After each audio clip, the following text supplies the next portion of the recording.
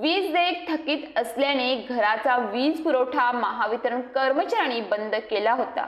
तरीही घरात चोरून वीज पुरवठा घेऊन वीज पुरवठा पूर्ववत करण्याचा प्रयत्न करणाऱ्या भिवंडी तालुक्यातील कुंदे गावातील एका वीज ग्राहकावर महावितरणाच्या पथकाकडून कारवाई केली जात होती।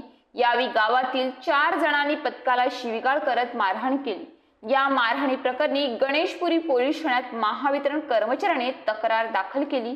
पोलिसांनी गुन्हा दाखल करून मारहाण प्रकरणातील कुंदे गावातील दिनेश नामदेव होगे, नरेश आगिवले, तुकाराम आगिवले, शरद पाटील या 4 जणांना अटक केली। महावितरणाच्या वाडा उपविभागाचे उपकार्यकारी अभियंता अविनाश कटकवार यांच्या नेतृत्वाखाली कनिष्ठ अभियंता उद्देश बेलसरे सुरक्षा पथक भिवंडी जवळील कुंदे गावात वीज ग्राहकांकडून थकीत देयकाची वसुली आणि वीज चोरीचा शोध घेत होते। ही तपासणी मोहीम सुरू असताना कुंदे गावातील दिनेश होगे यांची वीज थकबाकी शिल्लक असल्याने त्यांच्या घराचा वीज मीटर यापूर्वीच महावितरण कर्मचाऱ्यांनी काढून नेला होता। तरीही त्यांच्या घरात विजेचा चोरटा वीज पुरवठा सुरू असल्याचे पथकाच्या निदर्शनास आले।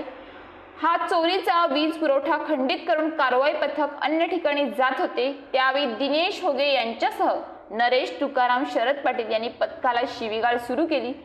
जनमित्र महेश राजपूत यांच्या हातामधील मोबाईल हिसकावून घेऊन त्यांना मारहाण करण्यात आली। या घटनेसंदर्भात उपकार्यकारी अभियंता कटकवार यांनी तातडीने गणेशपुरी पोलीस ठाण्यात तक्रार दाखल केली।